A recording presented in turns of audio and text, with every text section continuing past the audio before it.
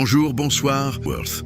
Je suis né le 10 juin 1859 à Manston, dans le Yorkshire, en Angleterre. Je suis né dans une pauvreté écrasante.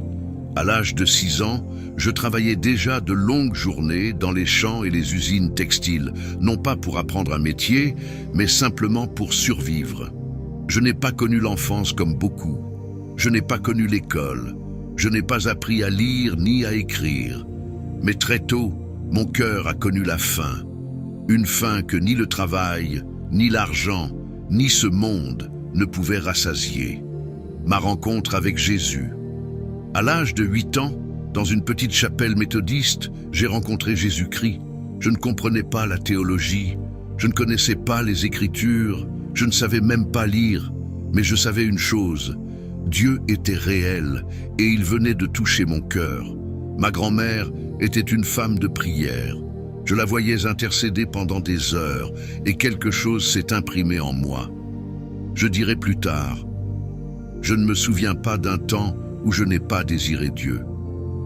Même enfant, épuisé par le travail, je trouvais des moments pour m'agenouiller et dire de simples prières « Seigneur, aide-moi ».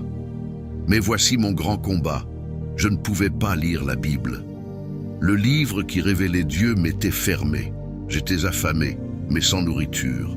Alors je suis devenu plombier, un bon plombier, travailleur, honnête, fidèle. J'allais à l'église, je servais.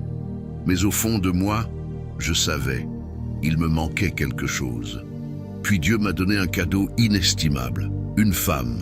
À 23 ans, j'ai rencontré Mary Jane Featherstone, que tout le monde appelait Polly. Elle aimait Jésus sans compromis. Elle prêchait l'évangile avec feu, à une époque où les femmes n'étaient pas censées prêcher. Nous nous sommes mariés en 1882, et chaque soir, avec patience, avec amour, elle m'a appris à lire avec la Bible. À 26 ans, j'ai enfin pu lire la parole de Dieu. Et à partir de ce jour, je n'ai lu qu'un seul livre, la Bible. Je disais souvent, je ne lis pas beaucoup de livres, mais je lis le livre. Mais lire la parole ne me suffisait pas. Je voulais la vivre. Pendant des années, ma femme prêchait avec puissance et moi je servais en arrière-plan. Puis, en 1907, à Sunderland, j'ai reçu le baptême du Saint-Esprit. Et tout a changé. Je parlais en langue, oui, mais surtout, la puissance de Dieu s'est manifestée. Je disais, j'étais faible, sans instruction, sans capacité naturelle. Mais quand le Saint-Esprit est venu, tout a changé. Quand je priais pour les malades, ils guérissaient, les tumeurs disparaissaient, les paralysés marchaient, les aveugles voyaient.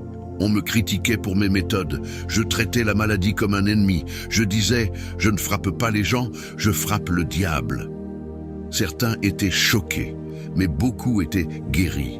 J'ai voyagé dans le monde entier, Angleterre, Europe, Suisse, Australie, Amérique, Afrique. Partout, Jésus confirmait sa parole. Le plus grand test de ma foi fut la mort de mon épouse, Polly. Un soir, elle prêchait. Elle termina son message, fit quelques pas et tomba morte. Je l'ai priée. Elle est revenue à la vie. Mais elle m'a dit, « Smith, le Seigneur veut me prendre. » Alors je l'ai laissé partir. Car la foi, ce n'est pas imposer sa volonté à Dieu, c'est lui faire confiance, même dans la perte. Aujourd'hui, je vous parle, vous qui vivez dans une génération de confort, de compromis, de foi théorique. Je vous pose une question simple. Croyez-vous vraiment, pas dans votre tête, mais dans votre vie, croyez-vous que Jésus est le même hier, aujourd'hui et éternellement? Croyez-vous que la Bible dit vrai? Croyez-vous que Dieu peut encore vous utiliser? Dieu n'a pas besoin de diplôme, il n'a pas besoin de réputation, il cherche la foi.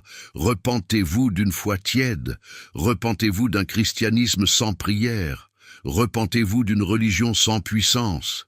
Le monde n'a pas besoin de chrétiens confortables.